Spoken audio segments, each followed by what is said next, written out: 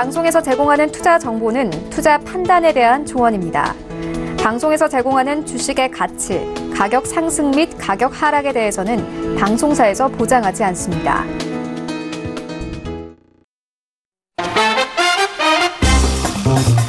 네, 안녕하세요. 톡스타 2부로 다시 찾아왔어요. 저희 톡스타 2부. 오늘 목요일이니까요. 여러분들에게 아주 도움이 되는 그런 정보들 전달해드리는 증권스쿨 코너로 1시간 꾸려가 보도록 하겠습니다. 방송 계속 보시면서 궁금하신 내용들 생기실 때마다, 강의 들으시면서 궁금한 내용 생기실 때마다 전화, 문자, 그리고 별톡방 통해서 편안하게 연락 주시기 바랄게요.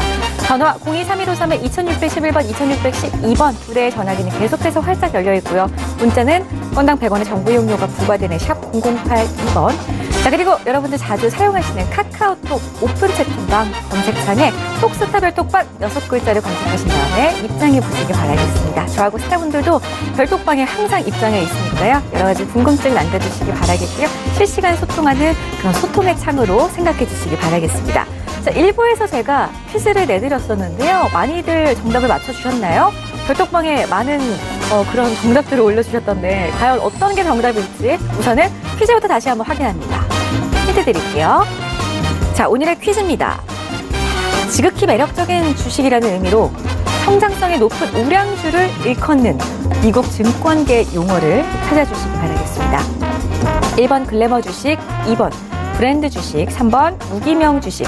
정답을 아시는 분들은 샵 0082번으로 문자를 보내주시면 되겠고요. 문자로 보내주셔야만이 저희가 추첨을 통해서 선물을 드릴 수 있다는 점도 알려드릴게요. 자, 우리 스타분들 1호 방송 일주일 무료 이용권 선물로 드리니까요. 방송 보시면서 바로바로 지금 문자로 정답 맞춰보시기 바라겠습니다. 힌트 드릴게요. 제 희망사항이기도 하고요. 그리고 미국 증권계 용어입니다. 미국에는 아주 이런 분들이 많이 있습니다. 아주 훌륭한 이런 분들이 많이 계시는 걸로 알고 있고요. 보시면서 아마 모든 분들의 희망이 아닐까 싶습니다. 이런 분들에게 또 베이글, 요즘에 베이글남, 베이글녀 이런 단어도 좀 붙여주고 있는 걸로 알고 있는데요. 자, 정답 아시는 분들 샵 0082번으로 문자를 주시기 바라겠습니다. 자, 지금 시각이 9시 1분 넘어서고 있습니다. 별톡방에서도 어떤 이야기들 오고 가는지 한번 살펴보도록 할게요. 별톡방 열어주세요. 오픈. 네, 열어주세요.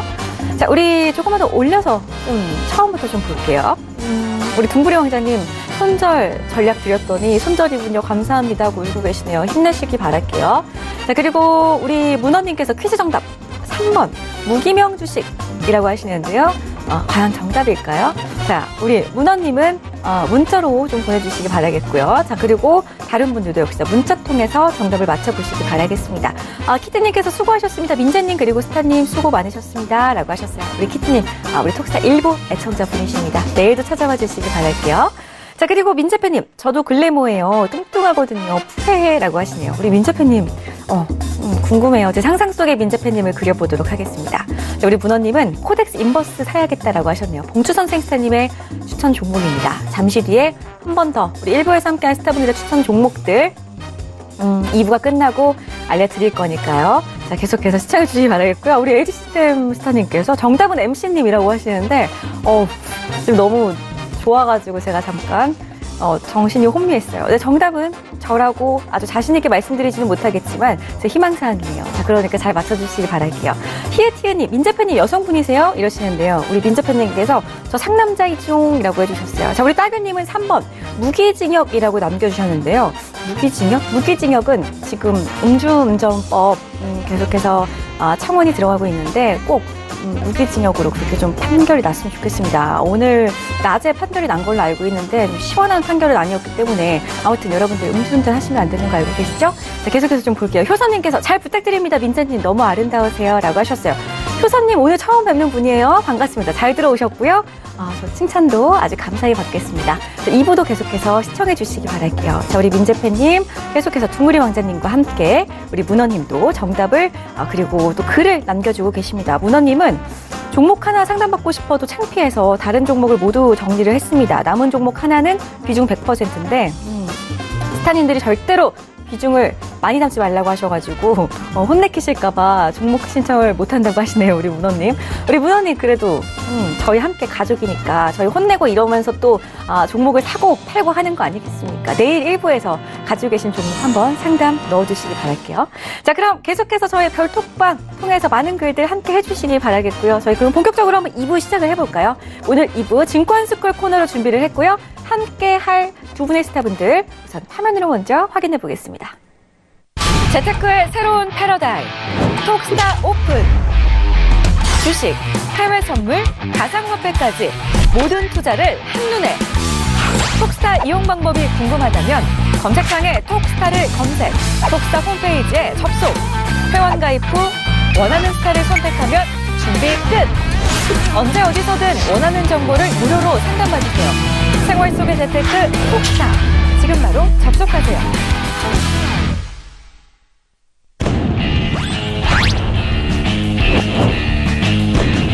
급등 가치주를 발굴하는 인공지능, 글로벌 시스템 트레이드 선구주자, 에이지 시스템 스타입니다. 네, 자 오늘 이렇게 함께할 스타분들 화면으로 먼저 소개해드렸고요. 김보원 스타 같은 경우에는 매일매일 저희 2부에서 함께하고 있기 때문에 따로 화면으로 소개는 안 해드렸지만 인사 나눠보겠습니다. 안녕하세요. 네, 안녕하십니까. 네, 다들 한 주를 잘 보내셨는지요? 우리 우선 김보원 스타님부터 매일매일 시청자분들 찾아뵙고 있지만 그래도 인사부터 부탁드릴게요. 네, 지난주에 못 뵀죠? 네, 지난주에 못 뵈가지고, 시청자분들 몇 분이 그러시더라고요. 기본적 분석 2강을 빨리 듣고 싶다. 맞아요. 네, 그래서 오늘 2강을 준비를 했는데, 일단 네.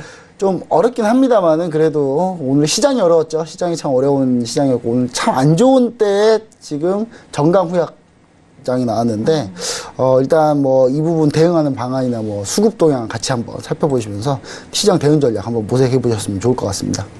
알겠습니다. 지금 시장 정말 우리 개인 투자자분들 혼자서 대응하시기 너무 괴로우실 것 같아요. 아주 자고 일어나면 바뀌어있고 자고 일어나면 바뀌어있고 시장 확인할 때마다 계속해서 변동성이 너무 큰 시장인 것 같은데 한 치 앞도 내다보지 못하는 이런 시장을 김보은 스타와 함께 잠시 뒤에 내다보시기를 바라겠습니다. 자, 우리 LG 시스템 스타님도 일부에서 뵀었지만 다시 네. 한번 인사 부탁드릴게요.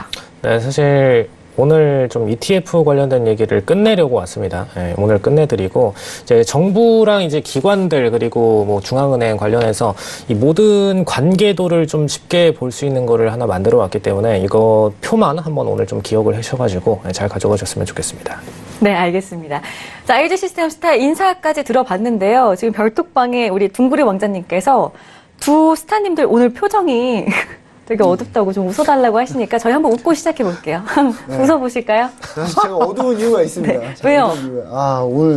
오늘 종목들이 요즘 제가 최근에 계속 좋다가 이번 주 지금 이틀 동안 별로 안 좋아요. 그래서, 살짝 어렵습니다. 왜냐하면 회원, 시청자분들하고 같이 함께 하는데, 그 함께 한 거에 대해서 제가 좀 많이 기여를 못했다는 것 때문에 좀, 그것 때문에 심적으로 좀 약간 좀 마음적으로 좀 괴롭습니다. 살짝 지금. 네. 알겠습니다. 저는 하지만, 길게 봤을 때, 장기적으로 봤을 때 우리 김보은 스타의 그런, 안목이 저는 분명히 틀리지 않을 거라고 믿고 있기 때문에 좀 힘내시기 바라겠고요. 네. 물론 그 톡스타 시작하고 나서 지금까지 수익률은 158%입니다. 최근에, 최근 두 달 동안 수익률이 괜찮았는데. 최근에 수익률 좋으신 분들 뭐 거의 없고. 일주일 내에 갑자기 이번 주에 별로 안 좋아가지고, 안타깝네요, 지금. 알겠습니다. 우선 힘내시기 바라겠고요. 저희 이렇게 셋이서 우리 시청자분들에게 아주 밝은 기운 전달해드리기 위해서 하하호호 한번 웃고 시작을 해봤습니다. 자, 그럼 본격적으로 우리 김보은 스타의 강의부터 한번 들어보도록 할게요. 김보은 스타님, 지난주에 이어서 시장 대응 전략까지 한번 오늘 알차게 한번 소개를 해주실까요? 네, 알겠습니다. 사실은 내내 해왔으니까 제가. 네. 자기가 또 요즘 컨디션 안 좋다는 것도 대놓고 방송에서 얘기하는 전문가가 또 없을 거예요. 근데, 네, 저는 내내 잘 해왔기 때문에, 얘기 드린 거니까요. 너무 심각하게 생각하지 마시고요. 네, 자, 여기서도 안 웃고 있네요. 좀 웃었으면 좋겠는데. 네, 한번 웃겠습니다. 자, 우리가 이럴 때 잘해보자 아니겠습니까? 2008년 같을 때 우리가 큰 피해 없이 좋은 주식을 가지고 있거나 아니면 자산을 좀 분배해서 좋은 자산을 가지고 있다가 이렇게 급반등이 나올 때 그때 인생을 한번 역전해보자 이런 거 아니겠습니까? 예, 이런 염원을 담아서 우리가 지금 이런 걸 주식 투자를 하고 있는데요. 자, 오늘은 어떤 걸 할 거냐면 기본적 분석, 지난번 첫 강의 들어갔잖아요. 2주 전에. 그래서 이 기본적 분석에 대해서 자세히 해보도록 하겠습니다. 자, 먼저 분석하기 전에, 이번에 팁. 예, 이번 주 외국인 기관 순매수 현황을 좀 한번 보겠습니다. 이번 주입니다. 이번 주인데, 이번 주 특징이 있습니다. 예. 계속 팔았던 기관이 빨개졌어요. 예. 기관이 매수하기 시작했습니다. 투신이 한 800억 정도 매수했고, 사모펀드가 요즘에 좀 잘합니다. 이렇게 1300억 정도 순매수를 했고요. 금융투자가 엄청 많이 샀다가 지금 조금 팔았고요. 그리고 역시 금융투자 단타인데, 어떻게 3일을 못 가네요. 포지션 갖고 있는. 3일을 못 가고 그냥 바로 다 팔고 있어요. 자, 그리고 연기금이 1400억 정도 순매수를 하면서, 전체적으로 코스피는 기관이 좀 순매수를 많이 했다는 부분이 특징적이고, 외국인 역시 순매수를 하고 있다. 이번 주입니다. 이번 주 거니까요. 예. 그리고 코스닥 역시 마찬가지로 코스닥도 현재 외국인이 순매수하고 있다는 부분이 긍정적인데, 단 여기서 기관이 코스닥은 순매수를 하고 있지 않네요. 대부분이 어디서 많이 팔았냐면 이 사모펀드에서 좀 많이 팔았습니다. 요즘 우리나라에서 사모펀드가 요즘 유행인데, 지금 기금운용본부에서도 연기금 같은 곳에서도 요즘 사모펀드로 많이 위탁을 많이 준다고 합니다. 그래서 이번에 추가적으로 위탁 줄 자산 총액이 한 1조 원 정도 된다고 하니까요. 이번에 제가 봤을 때 이 사모펀드들의 힘이 점점 강해지고 있지 않나, 뭐 이렇게 좀 생각을 해볼 수 있겠고요. 그리고 국가단체가 뜬금없이 이번 주에 매매를 많이 하는데 매도를 많이 하네요. 예. 국가단체는 기관이 아닌가? 예. 어디 편인지 모르겠네요. 일단 그리고 연기금은 여전히 코스닥은 사고 있지 않은데 그래도 매도는 많이 줄었죠. 코스닥에서 매도는 많이 줄었다는 부분. 그러니까 제가 봤을 때 연기금과 코스닥 매도가 어느 정도 좀 일단락 되어 가고 있다. 11월 내내 계속됐던 이 매도 흐름이 일단락 되어 가고 있다. 이렇게 보시면 좋을 것 같습니다. 기관의 전반적인 순매수 전환, 그리고 연기금, 코스닥 순매도 감소했다. 이 부분이 주요 특징이었습니다. 자. 그리고 이제 오늘 겁니다. 오늘 건데, 자, 오늘은 사실 연기금이 코스피를 순매수를 했죠. 그리고 투신이 좀 많이 샀고요. 투신이 많이 샀다는 게 좀 긍정적이긴 합니다. 얘가 투신이 뭐냐면, 자, 운용사죠. 펀드, 우리 10만원씩, 20만원씩 정리식 하는 펀드들 있잖아요. 그 펀드들의 자금들이 주식시장으로 좀 들어왔다. 이렇게 보시면 좋을 것 같고, 금융투자가 역시 오래 못 가네요. 예, 엄청나게 오래를 사가지고, 금융투자 한 며칠 버티려나 했는데, 3일을 못 버티죠. 그쵸? 예, 3일을 못 버티고 바로 다 던지고 있습니다, 지금. 예, 역시 단타예요. 너는 단타. 너는 그냥 무조건 단타구나. 예, 이렇게 생각하시면 좋아요. 자, 그리고, 국가단체 여전히 팔고 있고요. 예. 그리고, 그런데 이제 오늘 좀 중요한 특징은 뭐냐면, 외국인이 현물을 순매수했다는 부분이 좀 특징적입니다. 자, 오늘 수급 현황의 특징 보시면은, 외국인이 순매수를 했어요. 계속 지속을 했고, 이번 주 내내 순매수 흐름을 좀 보여주고 있는데, 오늘이 좀 강력했죠. 그리고, 다만 외국인이 또 선물에서 순매도를 하고 있어요. 예, 선물에서 5,000계약 넘게 오늘 순매도를 했습니다. 즉, 이 포지션을 우리가 좀 곰곰이 한번 생각을 해보면, 증거금이 적게 들어가는, 그렇죠. 그러니까 증거금이 많이 들어가지 않는 선물 쪽에서는, 그러니까 원래 금액보다 덜 잡히는 레버리지 효과가 있는 선물 쪽에서는 매도를 친 거고요. 현물, 금액이 다 들어가는 현물 같은 경우는 순매수를 한 건데, 환율로 따져볼 수가 있겠습니다. 그러니까 어제 파월풋이 나왔죠. 파월풋이 나왔는데, 파월풋이라는 건 제가 좀 이따 자세히 설명해 드릴 텐데, 파월 연준의장이 드디어 약간 비둘기파적으로 이제 코멘트를 바꿨어요. 근데, 그러면서 이제 달러가 약세가 되고, 원화가 강세가 되니까 현물 자금은 많이 들어갔고요. 선물은 상대적으로 이제, 레버리지 효과 때문에 덜 잡히니까 이 부분을 대해서 매도를 치면서 현물 순매수한 거를 약간 해지하는 그런 전략을 보여줬다. 이렇게 보시면 좋을 것 같습니다. 그만큼 우리나라 시장에서 아직까지 믿업지 못하다라는 판단이에요. 여기 같은 경우는. 그리고 금융투자가 선물을 순매수했다. 이 대부분은 또 금융투자가 또 이걸 다 받아줬습니다. 그래서 지금 계속 외국인과 금융투자의 대결이 계속 많이 나오고 있어요, 최근에는. 자, 파월풋. 이게 파월풋만 있는 게 아니라 예전에 그린스폰 풋, 버냉키 풋 다 있었어요. 예. 있었는데 풋이 뭐냐면 이제 이게 풋이, 그러니까, 그렇다고 해서 뭐, 이렇게 풋이 밀어붙인다, 뭐, 풋으로 뭐, 하방 배팅을 한다, 이런 뜻이 아니고요. 하방을 지지해준다는 뜻이에요. 풋이. 여기서, 용어가, 정식 용어입니다, 이게. 이게 연준회장 이름 네임하고 풋하고 섞어가지고, 무슨 파월 풋, 그 다음에 그리스펀 풋 해가지고, 그런 시기들이 있었어요. 그래서 이제 지금 파월 풋이 시작됐다. 경기가 밀리니까, 안 좋으니까 이걸 방어하기 위해서 코멘트가 나오기 시작한 거를, 이런 걸 보고, 연주장 코멘트 하는 걸 보고, 이제 연주장 이름을 따서 뒤에 풋을 붙여서 무슨 누구누구 풋, 이렇게 부르는 거예요. 자, 그렇게 되면서 달러가 약세가 됐습니다. 자, 약세가 됐는데, 약세가 됐다는 건 원화가 강세가 됐다는 얘기죠. 자, 원화가 강세가 됐다는 얘기는 원달러 환율이 떨어졌다는 얘기죠. 예, 원달러 환율이 이렇게 떨어졌습니다. 이렇게. 원달러 환율이 이렇게 떨어지니까 우리나라 지수가 슝 올라왔죠. 예. 근데 오늘 물론 올라오진 않았습니다. 다만 원달러가 좀 많이 이렇게 밀려주면서 원화가 강세가 되어주면서 어느 정도 시장 분위기, 외국인이 접근할 만한 분위기는 좀 만들어주고 있다. 그래서 이제 앞으로 남은 것보다 기관에서 얼마나 좀 접근해주느냐. 그리고 우리나라에서 만약에 금리 인상을 이제 만약에 우리가 적극적으로 하게 된다면, 그렇게 된다면 이제 원화가 좀 더 추가적으로 강세가 나오겠죠. 근데 우리나라 경기가 좋지가 않아가지고 금리 인상이 쉽지 않은 그런 상황입니다, 현재. 자, 여기까지 팁 마치고요. 오늘 빠르게 팁을 마칠게요. 자, 그 다음에 기본적 분석. 이거 왜냐면 자세히 해드려야 될 것 같아서.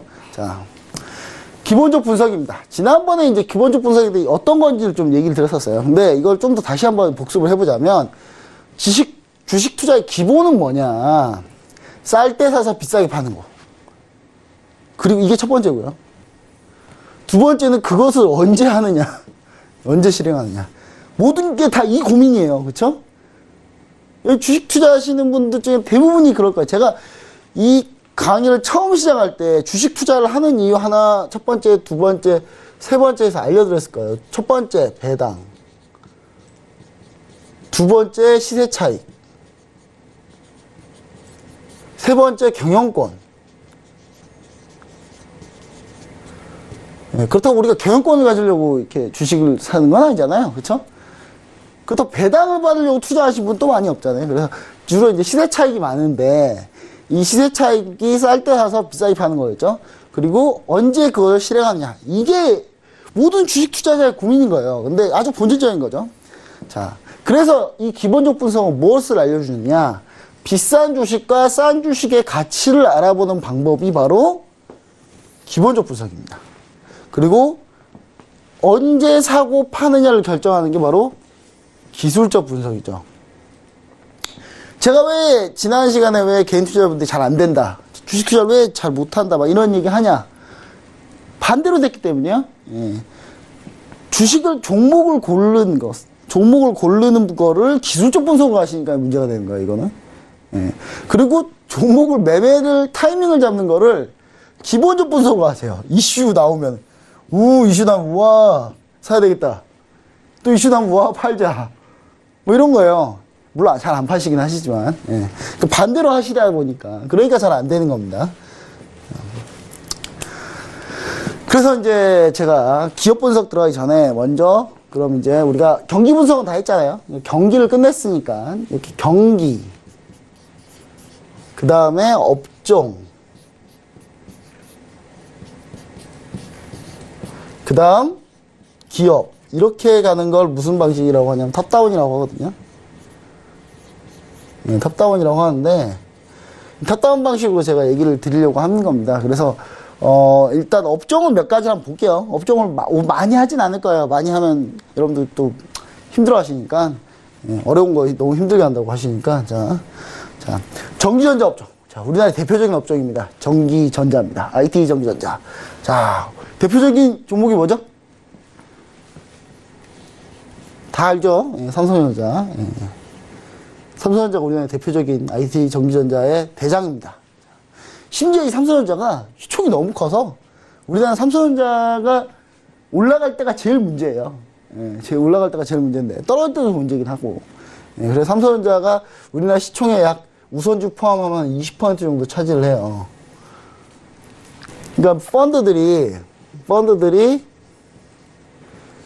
삼성전자 주가가 오르면 삼성전자를 사기 싫어도 사야 돼요. 왜냐? 트래킹이 안 되거든요. 삼성전자가 없으면은 트래킹이 안 됩니다. 트래킹이 안 된다는 얘기는 뭐냐면 펀드 수익률이 벤치마크를 따라가지 못해요. 그럼 펀드들이 삼성전자를 사서 벤치마크를 따라가려고 사는데 그 사는 물량 때문에 삼성전자가 더 올라요. 삼성전자가 한 번 오르기 시작하면 계속 오릅니다. 한 번 빠지기 시작하면 또 계속 빠지고요. 약간 그런 특징이 있어요. 그러니까 그런 부분을 우리가 좀 감안하시고 일단 전기전자. 전기전자는 대표적인 경기 민감 산업입니다. 경기 민감 산업이에요. 자, 왜냐? 생각을 해보자고요. 내가 돈이 많아요. 지금 나 돈 엄청 많아요. 막 돈 많아서 그냥 어디다 쓰고 싶어 막 죽을 것 같아요. 근데 제일 쓰기 편한 데가 뭡니까? 바로 IT 기기들, 웨어러블 기기들이죠. 스마트폰 바꾸고, 컴퓨터 바꾸고, 노트북 사고, 그러고 가전제품 사고, 그런 것들을 많이 사겠죠. 근데 그래서 경기가 아주 좋을 때 호황을 맞는 게 바로 이 전기전자입니다. 특히 요즘에 반도체,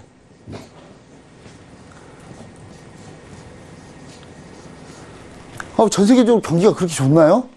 반도체가 엄청 가격이 많이 올랐다가 지금 떨어졌지만, 지금 살짝 떨어졌죠. 근데, 그렇게 지금 반도체가 좋나요?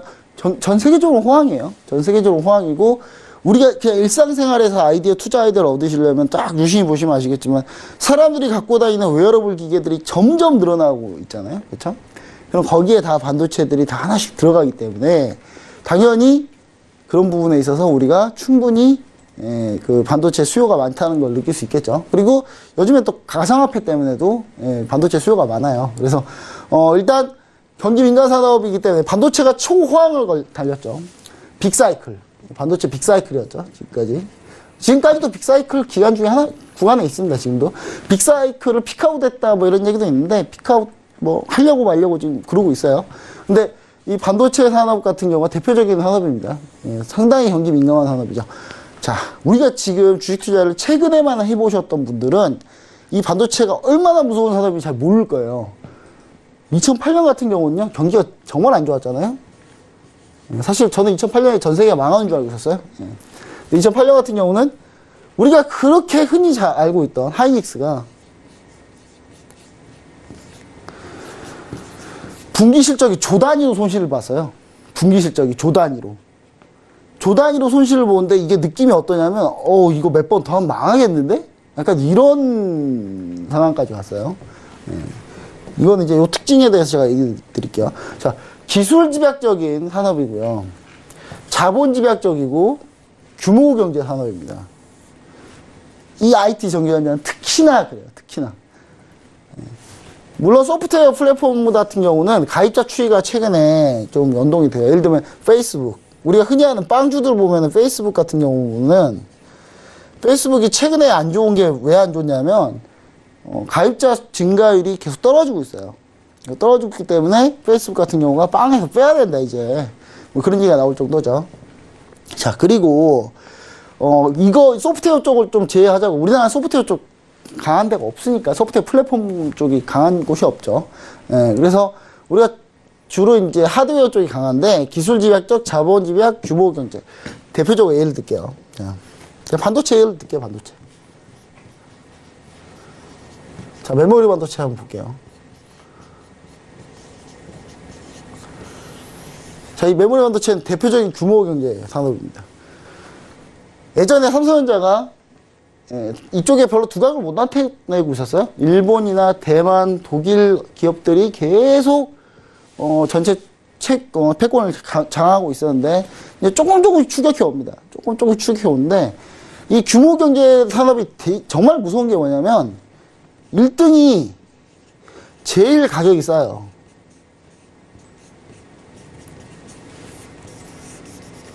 왜냐하면 규모로 원가가 절감이 되는 산업이기 때문에. 그리고 1등이 제일 가격이 싸다 보니까 밑에서는 치고 올라오려면은 정말 엄청난 돈을 투자해야 역전시킬 수 있습니다.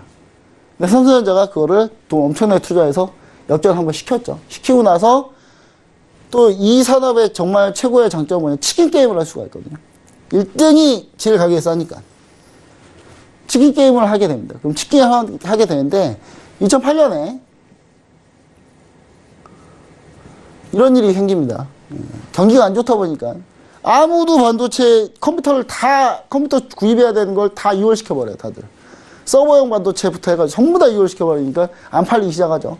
근데 이 반도체 제일 무서운 점 하나가 뭐냐면 한 번 공장을 돌리잖아요? 멈출 수가 없어요. 24시간 돌아야 되거든요, 컴퓨터가. 그 라인이 계속 돕니다, 24시간 동안, 반도체가. 중간에 멈췄다 다시 치면 그냥 수백억이 날리는 거예요, 그냥. 중간에 멈췄다가 다시 공장 돌리면, 전기라도 한번 끊기면, 그냥 수백억이 그냥 공중에 날아가요. 그 정도의 산업이기 때문에 멈출 수가 없거든요. 계속 찍습니다. 계속 찍다 보니까 계속 가격이 빠져요, 반도체 가격이. 왜냐면 산다는 사람은 없는데, 계속 물량이 계속 나오니까, 반도체가. 그때 이제 삼성전자가 정말 독하다고 하는 게 뭐냐면, 삼성전자 정말 무서운 기업이라는 걸 어디서 보냐면, 이제 미래를 보기 시작하는 거죠, 삼성전자는. 아, 그래, 여기서 한번 패권을 잡아보자. 그래서 라인을 더 깔고 더 만들어버립니다. 더 만들어버리니까 가격이 쭉쭉 떨어지죠. 그때 삼성전자가 0.8달러 정도 했거든요, 디램 하나에. SK하이닉스가 지금 이제 그때는 그냥 하이닉스였죠. 1달러 정도 했습니다. 근데 이 디램 가격이 0.82까지 떨어져요. 삼성전자가 가장 싼데 그 나머지 2위들 3위, 4위 다 적자예요. 다. 싹 다 적자죠. 다 적자인데 거기서 이제 하나씩 망하기 시작합니다. 키몬다라고, 독일의 키몬다라는 반도체 정말 오래된 이 반도체 회사가 파산하기 시작하죠. 키몬다, 그 다음 대만 프로모스, 나냐, 이쪽 대만 업체들은요, 정부에서 계속 보조금을 지원해줘 가면서 막고 있었어요, 그거를. 근데 결국 다 삼성전자 이 완전 치킨 게임 전략에 완전히 말려들어가지고 헤어나지 못하는 빚을 지금 결국 다 망합니다. 거기에 일본의 LP다부터 해가지고 전부 다 망해요. 결국 이제 다 망해버리니까 마이크론도 거의 망하기 직전까지 갔고요. 거의 다 망해버리니까 그제서야 이제 삼성전자와 하이닉스가 버텼죠. 하이닉스가 버텼고 마이크론까지 해가지고 지금 딱 메모리 반도체 이제 3사가 거의 대부분을 다 차지하고 있죠. 그러니까 이제 경쟁자가 다 없어지고 하다 보니까 이제 경기가 살아나고 하니까 그 수혜를 이제 이 3사가 다 받게 되는 겁니다. 그러면서 이 시장을 완전히 잡아갔다. 그렇게 보시면 좋을 것 같습니다. 그렇게 대표적인 사건이 바로 이런 사건이에요. 근데 이뿐만 아니라 휴대폰도 스마트폰도 마찬가지고 상당히 이제 뭐 일화들이 많이 있습니다. 예를 들면 우리가 보통 삼성전자가 애플이 있으면 삼성전자가 애플 따라해가지고 그랬다라고 애플의 카피캣이다 뭐 이렇게 뭐 생각하시면 많겠죠. 근데 이 스토리도 들어보면 또 어떻게 보면 삼성전자가 억울할 수가 있어요. 왜냐면 애플이 한번 우리가 스티브 잡스 다 높게 평가하는데, 근데 스티브 잡스가 한번 애플 거의 망하기 직전까지 간 적이 있었거든요. 그게 뭐냐면 애플이 이제 그 매킨토시 PC를 고집하면서 MS랑 MS 연합군한테 완전히 이제 무너진 적이 있습니다. 그래서 이제 애플이 거의 망하기 직전까지 갔는데, 그때 이제 삼성전자가 애플이 그때 아이팟이라는 걸 만들었어요. 근데 이때 삼성전자가 부품을 싸게 애플한테 공급해 줍니다. 거의 거저로. 애플이 그걸로 살아난 거예요. 그걸로 살아나게 된 겁니다, 애플은. 그러니까 어떻게 보면 삼성전자가 살려준 기업이에요, 애플은. 근데 애플이 이제 참 아이러니하게 애플하고 삼성전자는 지금 경쟁관계에 있죠. 경쟁관계에 있고, 또 예전에는 애플 AP칩, 아이폰에 들어간 AP칩 같은 경우는 대부분이 다 삼성전자가 만들었어요. 그러니까 부품 공급사이기도 하고 경쟁자이기도 하고 이제 그런 관계인데, 지금 제가 어떤 얘기를 드리고 싶냐면 이 IT 전기전자 같은 경우는 상당히 이런 기술 집약, 자본 집약된 그런 트렌드가 빠른 산업이기 때문에 이 구조에 대해서 좀 잘 아시는 게 산업 분석하기에 상당히 좋다. 그리고 경기에 민감한 산업이라는 거. 그럼 내일 들어서 경기가 엄청 안 좋아요. 그럼 어떻게 해야 됩니까? IT 가지고 계시면 안 되는 거예요. 그렇죠? 그럼 여기까지 일단 뭐 이번 시간 마치고요. 다음 시간에는 IT 전기전자의 전체적인 가치평가 기준이나 뭐 이런 것들을 제가 설명을 해드리면서 업종별로 계속 한번 넘어가 보도록 하겠습니다. 네, 알겠습니다. 좋습니다. 매주 목요일마다 김보은 스타께서는 강의를 해주고 계시는데요. 한 주간의 수급부터 쭉 체크를 해봤습니다. 오늘 기본적 분석에 드디어 한 걸음 다가가 봤는데요. 경기 민감주 언제 좀 접근을 하면 좋을지 아주 살짝 맛보기로 이제 강의를 좀 해주셨는데 다음 주에 계속해서 이어서 해주신다고 하니까요. 다음 주 목요일 이 시간도 많은 시청 부탁드릴게요. 다음으로는 LG 시스템 스타의 강의를 들어보겠습니다. 내년도 미국 통화 정책에 대한 자세한 전망과 관련해서 스타님의 의견 들어볼 수 있는 거죠? 네네. 네, 본격적으로 좀 시작을 해주시죠. 네, 바로 시작을 해보도록 하겠습니다.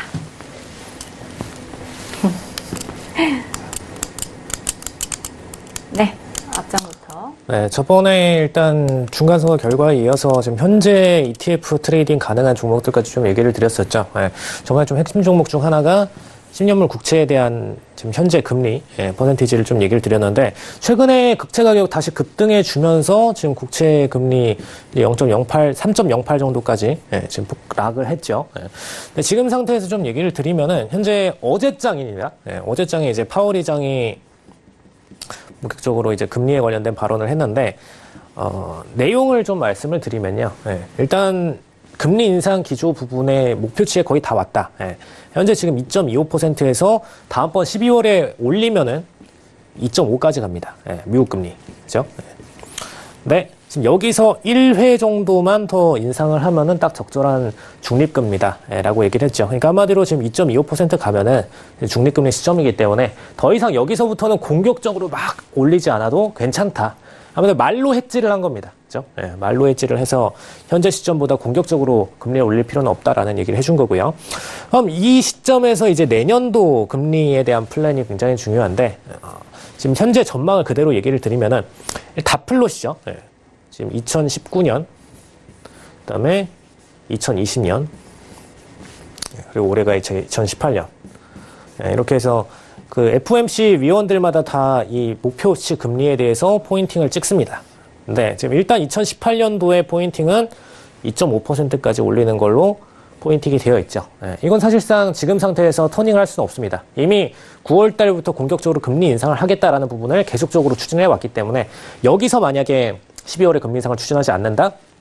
그러면은 당연히 금융기관들 입장에서는 손실 보는 투자들이 굉장히 많겠죠. 그렇기 때문에 이건 그냥 일단 추진을 해주는 게 맞고요. 연준은 일단 금융기관을 위해서 존재하기 때문에 굳이 말을 공격적으로 우리는 반드시 한다라고 했던 부분을 철회했다가는 청문회 들어가야 되고 금융기관들 손실을 엄청 보고 당연히 연준에 대한 본연의 소리가 더 커질 수밖에 없습니다. 그래서 이 상태에서는 일단 추진을 해야 되고요. 근데 이제 내년도 전망이 3회 인상이었죠. 3회 인상에서 3.25%까지 올라가는 게 목표였고 2020년도에는 지금 3.5까지 찍혀 있습니다.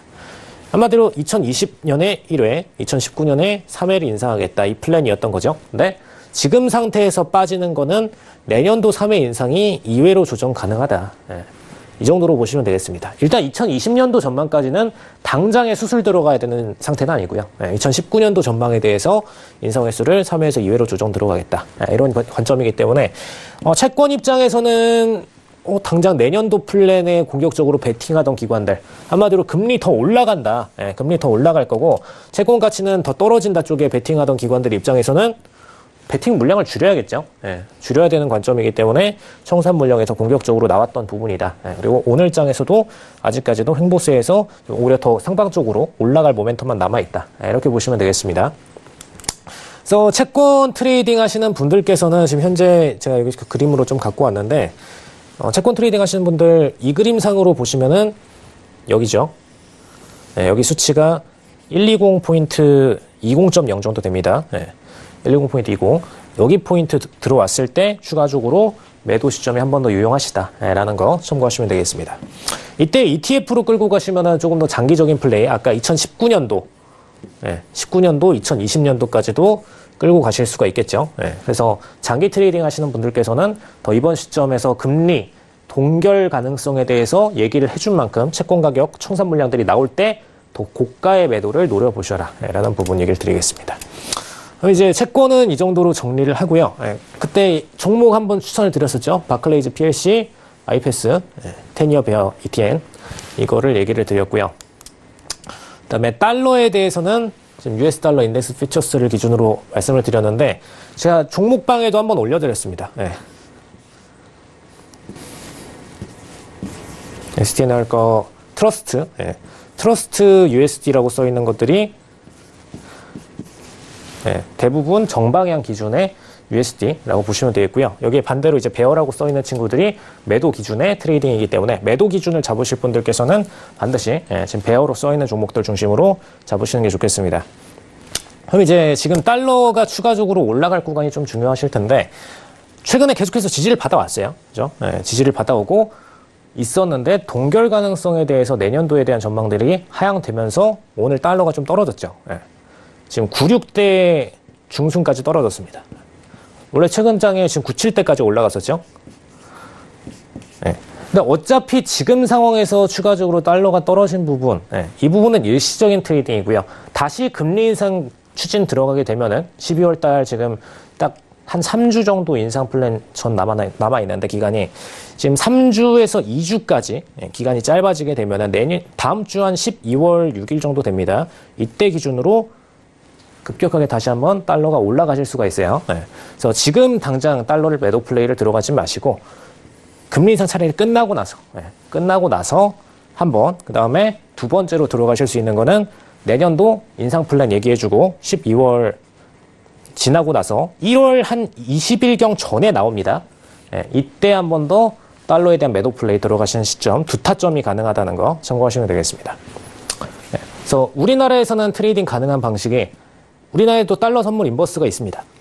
미국 달러 선물에 대한 인버스 이 종목 있기 때문에 이 종목 들어가시면 되겠고요. 코세프 겁니다.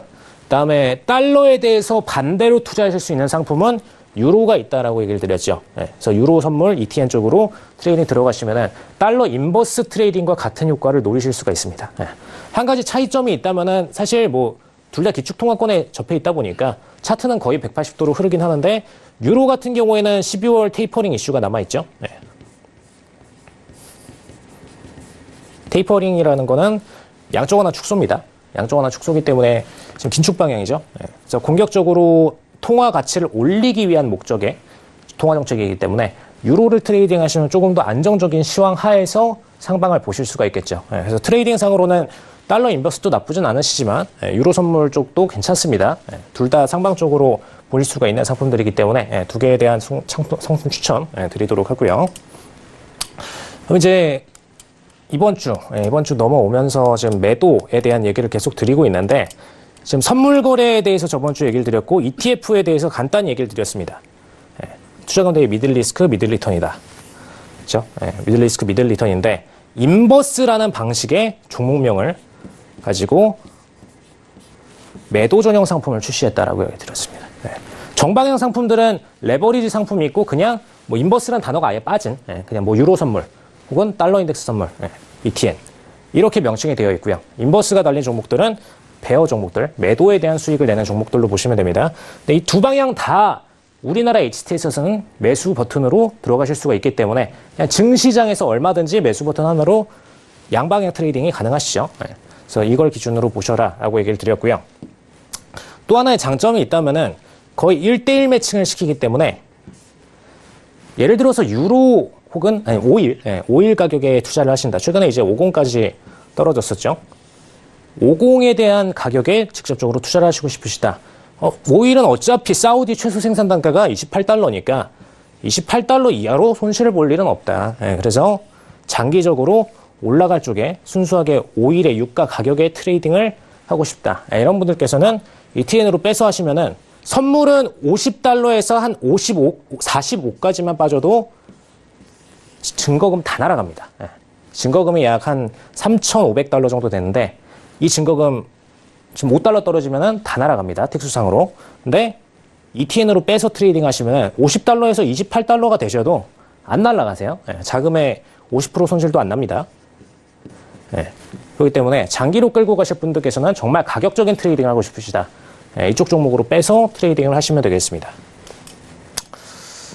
특징 안정성, 그렇죠? 주식과 같은 안정성, 그냥 주식처럼 만들어놨기 때문에 이 안정성이 부여된다는 거. 변동폭 작기 때문에 장기 보유, 그렇죠?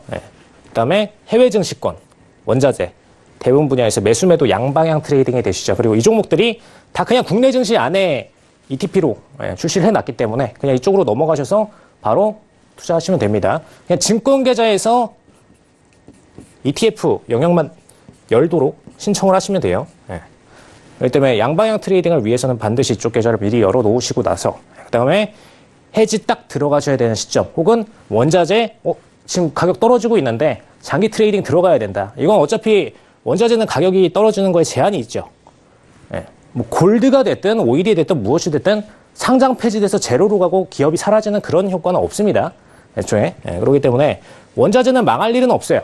망할 일은 없는 만큼 이건 차라리 장기적으로 끌고 갔을 때 괜히 지금 신저점 뚫고 내려가는 증시 종목들보다는 낫다. 그래서 들어가시려는 분들께서도 반드시 이쪽 계좌를 오픈하셔가지고 트레이딩을 들어가시면 되겠습니다. 그 다음에 이 부분이 상당히 좀 중요한데 사실 저는 골드 트레이딩을 들어가시는 분들 현물로 빼서 그냥 금 보유 들어가시는 분들 굉장히 많으시죠. 그냥 금을 직접적으로 매수하시는 분들이 있어요. 그냥 금은방 가셔가지고 그냥 골드 돈 내고서 한 뭐 100만 원 내고서 몇 돈짜리 이렇게 해가지고 사시는 분들이 계시는데 그런 분들은 좀 잘 보셔야 될 게 있습니다. 금은방 가시면은 일단 살 때 팔 때 가격이 있죠. 이걸 안전자산 투자로 좀 착각하시는 분들이 있어요. 살 때 팔 때 가격이 있는데 여기서만 수수료 퍼센티지가 어마어마하게 납니다. 바로 그 자리에서 앉은 자리에서 사고선 바로 팔려고 해도 차익 수수료를 어마어마하게 지불을 해야 되죠. 왜냐 거기는 이 수수료 가지고선 월세 내는 분들이니까요. 그래서 오프라인에서 그렇게 하실 경우에 그리고 뭐 아무리 온라인에서 구매를 하고 뭘 해도 똑같아요. 현물로 구매하실 때는. 근데 골드를 정말 순수하게 투자하고 싶으시다. 그냥 골드가 올라가는 것 한마디로 투자 이 수익률 차이를 이용해서 손익 차이를 이용해서 투자를 하고 싶으시다 하시는 분들께서는 이 수수료 비중이 확실히 적어야 됩니다. 실질적으로 주식을 거래하실 때는 사실 주식 수수료 비중이 굉장히 작죠. 근데 이 물량 거래를 하실 때는 살 때 팔 때 호가 차이가 어마어마하게 나기 때문에 거래 수수료에서 어마어마하게 까입니다. 그래서 나중에 수익을 보시더라도 여기서 손실을 봤던 부분만큼 메꾸기가 어렵죠. 그래서 이때는 골드 ETN으로 빼시던지 아니면은 뭐 해외 선물로 빼시던지. 근데 해외 선물로 빼시면 장기 트레이딩이라는 좀 방향이 안 맞기 때문에 ETN으로 빼셔가지고 골드 트레이딩을 들어가시는 게 더 현명하다라는 거. 순수하게 정말 안전자산으로 자산을 옮기고 싶다 하시는 분들, 증시가 폭락장으로 넘어가는 것 같아서 골드 트레이딩을 들어가야겠다. 최근에 증시 폭락 나왔는데 골드는 그래도 가격 많이 안 올랐어요. 거의 횡보권에서 신저가 한번 찍었다가 다시 올라갔다가 이런 플레이를 보여주고 있습니다. 근데 지금 이 가격에서 잘 들어가면은 나중에 조정적 한 번 더 크게 터졌을 때 오히려 골드 상승세 레를 한번 탈 수 있겠다. 지금 내년도에 중국 증시 지금 이번 G20 회담에서 지금 미중 무역 분쟁 해결 제대로 안 되면은 2019년도에 조정 가능성 높게 평가되고 있죠. 그러니까 이번에 2018년도에 나왔던 조정폭보다 최소 2~3배 이상 큰 조정폭이 나올 걸로 보고 있습니다. 그렇기 때문에 이 부분을 좀 미리 선투자해야겠다. 중국 증시에서 빠져나오는 자금들 분명히 있을 건데 중국 골드 좋아하죠. 그죠? 이 자금들 결국에는 골드로 간다. 이런 분들께서도 반드시 미리 골드 ETF 쪽으로 빠지시는 게 좋습니다. 그래야 수수료 이상의 손익 차이를 내시고 나오실 수가 있기 때문에 그렇게 트레이딩을 좀 해주시고요. 그래서 주식 해지형 상품이 존재한다라는 거, 골드도 원래 주식 해지형 상품 중 하나입니다. 근데 살짝 투자군에서 1차형 해지 상품이죠. 굉장히 단순한 해지 상품이기 때문에 트레이딩 하실 때는 이쪽 플랫폼 안에서도 정말 1차원적인 투자라는 것만 유념하시고선 트레이딩 하시면 되겠고요. 2차원적인 투자 해지를 하시려면 VIX나 다른 해외 상품으로 좀 빼셔야 됩니다. 근데 그거는 좀 어려우실 수 있기 때문에 한번 가이드를 받고 하시는 거를 좀 추천을 드리도록 하겠습니다. 그리고 포트 비중에 대해서 좀 얘기를 드릴 텐데 사실 여기서 써드린 가치 투자. 가치 투자라는 거는 정말 순수하게 레포트 기준으로만 투자하시는 분들, 뭐 장래가 되실 수도 있겠지만 이거는 장외 비중이 되실 수도 있어요. 이분들께서는 뭐 해외 선물 트레이딩까지 하실 필요는 없습니다. 근데 장 내에서 당연히 안전자산으로 뺄 수 있을 만큼의 자금 보유는 들어가 놓고 플레이를 해야 되죠. 현금 보유 비중 빼고선 순수 투자 자산 비중으로 얘기를 드리는 거고요. 주식을 갖고 계시다면 일단 장 분위기상 거래량 떨어지는 타이밍을 대비해서 ETF 비중 최소한 20% 정도는 빼놓고 트레이딩 들어가셔야 된다는 거. 이 부분만 참고하시면 되겠고, 뭐 나머지는 비중 쭉쭉쭉 올려드렸는데, 이거는 제가 뭐 일일이 다 퍼센티지 얘기 드리진 않고 톡방에서 한번 올려드리면서 얘기를 드리겠습니다. 중요한 거는 해외 선물 비중은 공격형으로 갈수록 늘어난다는 거. 그다음에 ETF는 어느 층이건 다 동일하게 보유를 반드시 하셔야 된다는 거. 그래서 해외 선물 뷰를 항상 갖고 계셔야 됩니다. 해외 선물 트레이딩 안 하시더라도 해외 선물, 해외 관점에 대한 가이드를 계속 알고선 트레이딩을 하셔야 돼요. 주식하시는 분들도 똑같이. 그래서 그 부분을 좀 강조를 드렸고요. 오늘 제가 좀 핵심적으로 말씀드릴 부분, 이 팔각형입니다. 아까 강조를 드렸던 이 도형인데, 일단 경제 참여자들 중에서 정말 금융권 안에 포함되는 분들 위주로만 골라서 뽑아드렸어요. 여기 지금 글씨가 작아서 다 안 보이실 수도 있을 것 같아요. 근데 제가 핵심적인 이론들, 최근에 나오고 있는 이슈 중심으로만 정리를 좀 드리도록 하겠습니다. 일단 정부랑 중앙은행은 채권을 기준으로 반대에 있다는 얘기 계속해서 드렸죠. 정부는 채무자. 이것만 파악하시면은 금융권 흐름에 대해서 메커니즘은 대략적으로 머리 안에 들어가실 수 있습니다. 일단 채권 기준으로 해서 정부, 중앙은행이 나뉜다라는 거, 반대 입장이라는 거 우리 설명을 드렸고요. 이쪽은 역시나 금리 상환의 의무, 그 다음에 중앙은행 쪽에서는 채권 이자 수익이 있습니다. 대신에 이 채권 이자 수익은 금융기관한테 갈 수도 있고 사실 개인한테 갈 수도 있어요. 개인은 채권 트레이딩 잘 안 하니까 금융기관이나 중앙은행 쪽으로 빠진다라고 보시면 되겠고요. 그 다음에 이 통화정책을 기준으로 해서 중앙은행이 금리 결정을 들어갑니다. 그죠? 여기 금리로 인해서 채권 금리는 계속적으로 압박을 받죠. 최근에 지금 국내 증시에서도 마찬가지고 지금 해외 같은 경우에도 역시나 아까 말씀드렸던 이 채권 차트.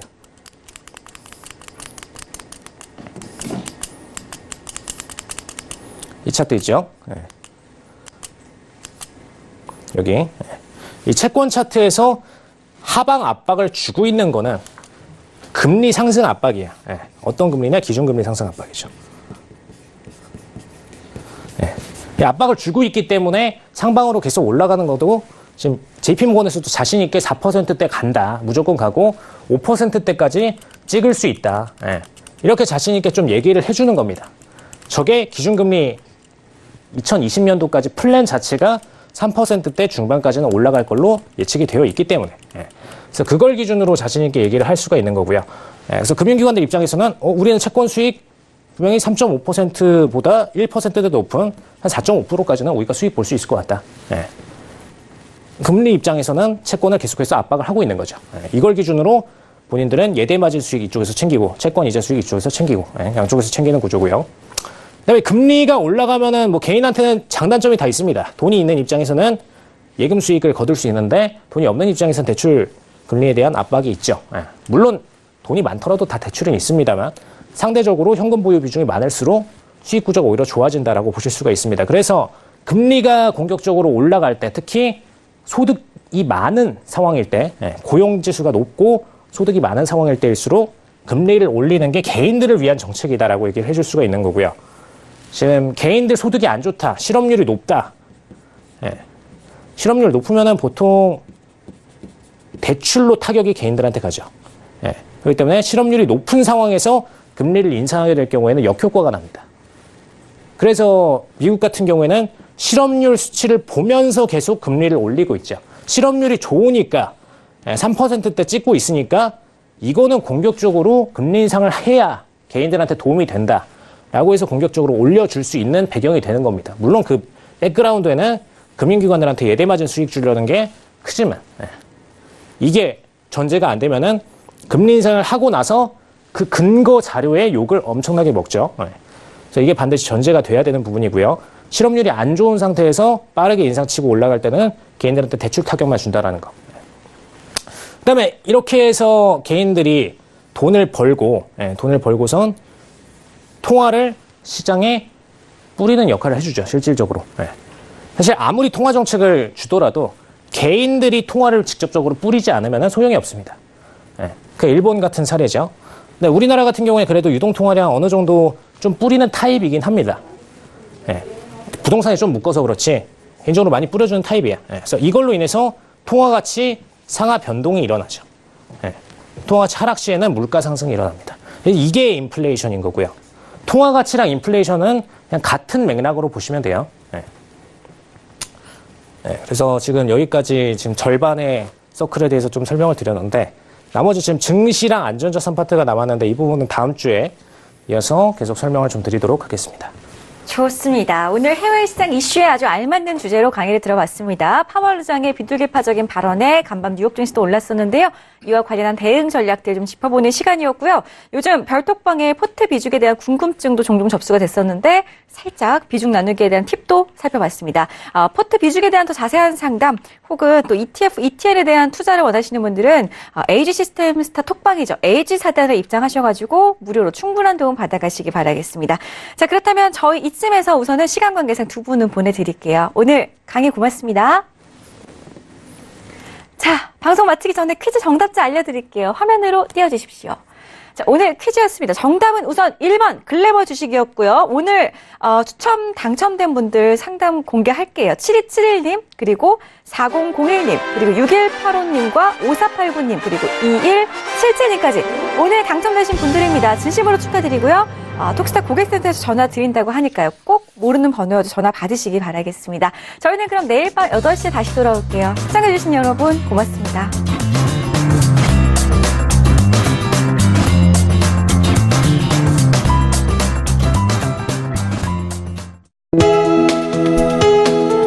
본 방송에서 제공하는 투자 정보는 투자 판단에 대한 조언입니다.